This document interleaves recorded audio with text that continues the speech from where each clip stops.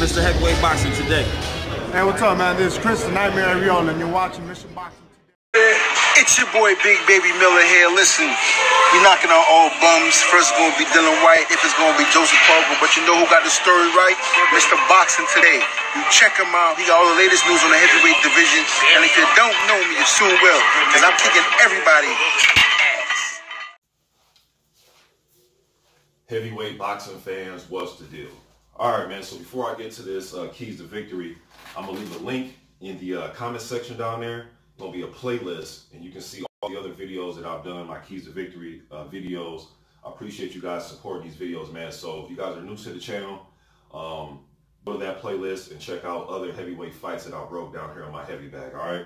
So today, we're talking Deontay Wilder versus Dominic Breazeale, fight going down May 18th, all right? So let me just go over what I see stylistically from both guys, okay? And things that I think that they can possibly implement in their game plan on fight night on May 18th, all right?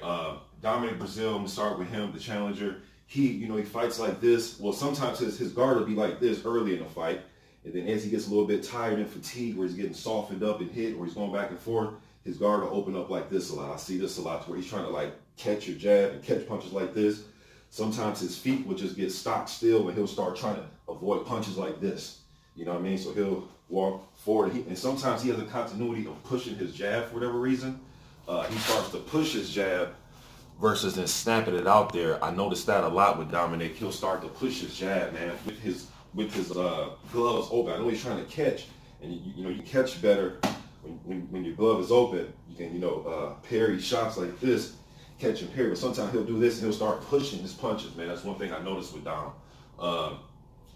Now, with Deontay Wilder, one thing I noticed about Wilder, I noticed in the George Washington fight, jab, you have to jab at Wilder, man, especially if you're a big guy like him, same height, the reach is damn near the same. You have to jab with him. Fury was jabbing with him too. So what I think Dominic should do is, he's going to fight like this. Jab, jab, but snap that jab, push the jab, and keep your head offline. One thing Dom likes to do is he'll walk forward like this, you know what I mean, where his head's not really offline. I think he needs at least, you know what I mean, just a little bit of head movement. You don't have to turn into Pernell Whitaker, you know what I mean, but at least show some, just walk and just kind of get your head offline and turn a little bit. Turn it, you know what I mean, that type of thing. Move your head a little bit. One thing that Breazeale did in the Carlos Negron fight is he was doing this. You know what I mean? He was feinting, good hard feints. That's one thing that I thought Tyson Fury. Now Tyson Fury is a different animal, right? We know Fury can move, make it move and make you miss. It's slippery. He's real slippery, makes you miss like that. You know what I mean? But one thing Fury was doing is he was doing hard feints at the jab, at Wilder rather. He was feinting with the jab with hard feints like that, feinting at Wilder, and it was making Wilder reset a little bit. All right. And that's one thing Breazeale was doing against Carlos Negron, is he was getting hard feints and then stepping in with jabs. So to me, throw some hard feints, and then move your head. Hard feints, move your head. Just don't be so predictable where you just come in like this, man. You know what I mean? Because I see Wilder punching right through that guard with the straight right hand, all right? Another thing I think Breazeale can do in this fight with Wilder, or something I think he should at least try to do, is step inside that long reach. I would rather have a fight with Wilder in here. You know what I mean? And Dom can hang a little bit on the inside.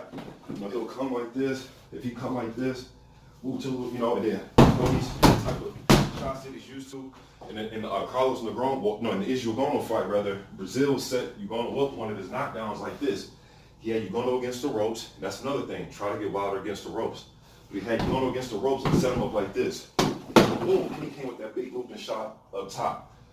Breazeale has to let his own right hand go as well. He just can't sit and wait for Deontay Wilder's right hand. He has to throw his own right hand as well. It's looping. Sometimes he arcs it up like that, which is, when it comes from awkward angles, sometimes those shots are harder for some guys to defend, where they're coming big and looping and wide like that. Some guys can catch them and counter you real fast and make you pay.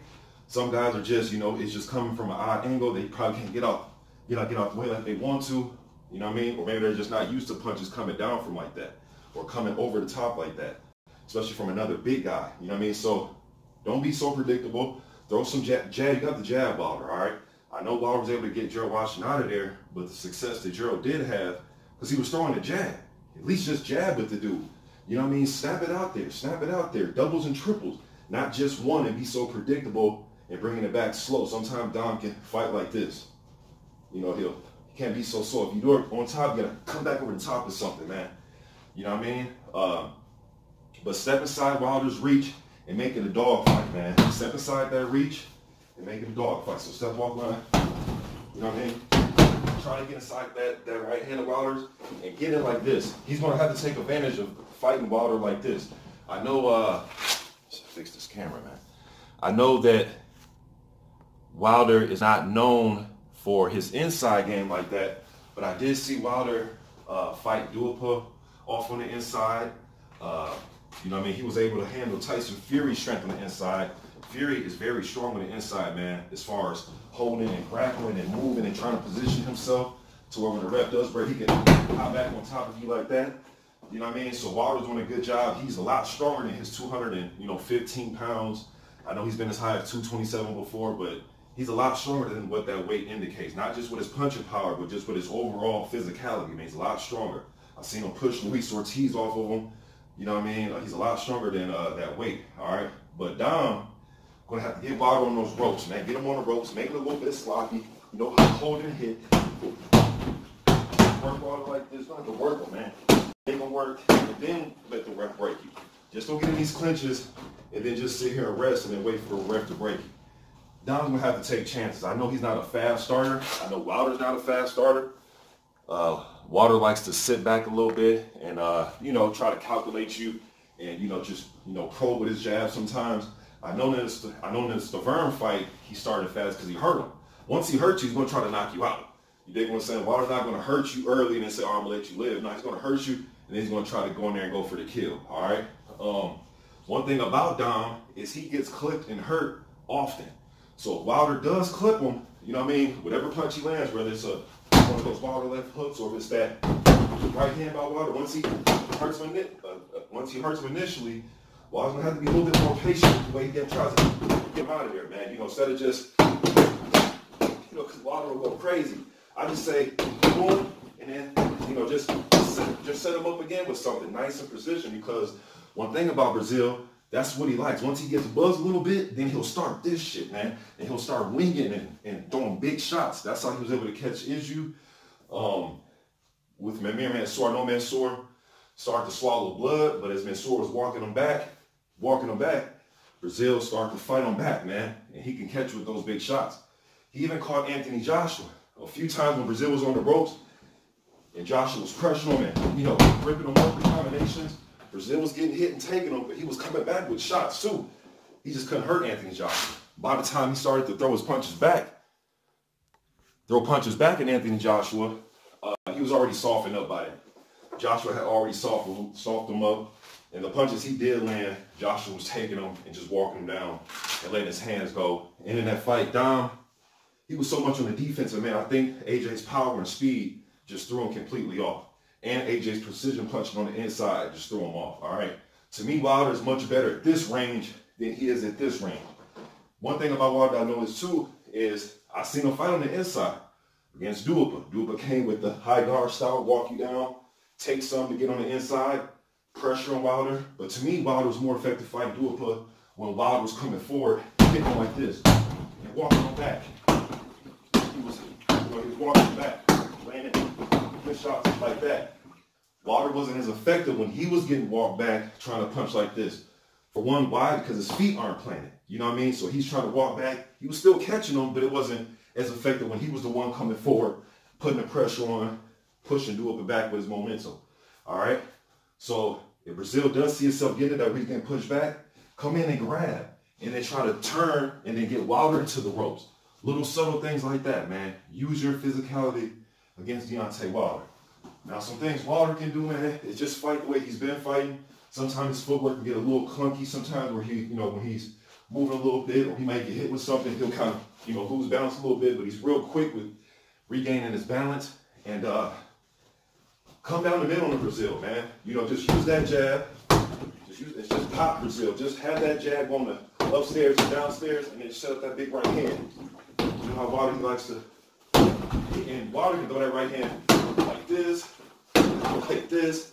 I mean, he can back up like he did against Ortiz. Boom. They hit him with the right hand. He can set up his right hand in so many different ways with Breazeale. Whether he's fighting Breazeale, trying to bait Breazeale in, boom. The same way he did against Ortiz against the ropes in the 10th round. Breazeale, Wilder's not going to have to worry about Breazeale moving his head like Tyson Fury. All right, that's out of the question. All right. When he does get inside of Breazeale, use that strength that I've been seeing Wilder use against everybody else. Lock Breazeale up, try laying his own shots against Breazeale. As soon as the round breaks, jump right back on him and try to throw a quick 1-2. Sometimes it's hard for Breazeale to reset. After he gets in the clinch and breaks, he breaks, then he gets the gloves back up. He's kind of slow doing that. So Wilder can get the break, the ref breaks him, boom, come back with that jab 1-2, all right? I've seen Breazeale get walked down by smaller guys, Amir Mansour. Even Fred Cassie was having an inside fight with Breazeale, backing him up on the ropes, all right? So if those guys are able to muscle him around a little bit, I definitely think Deontay Wilder will be able to, all right?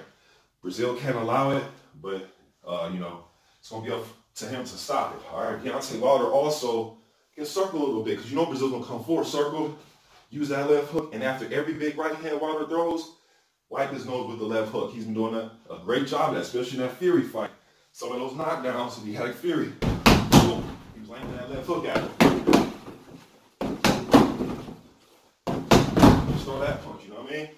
So do a lot of that. Also, Wilder lands some good body shots in there. Against Ortiz, he did it. Where he was boom, boom, and or he could throw nice little singles, you know what I mean?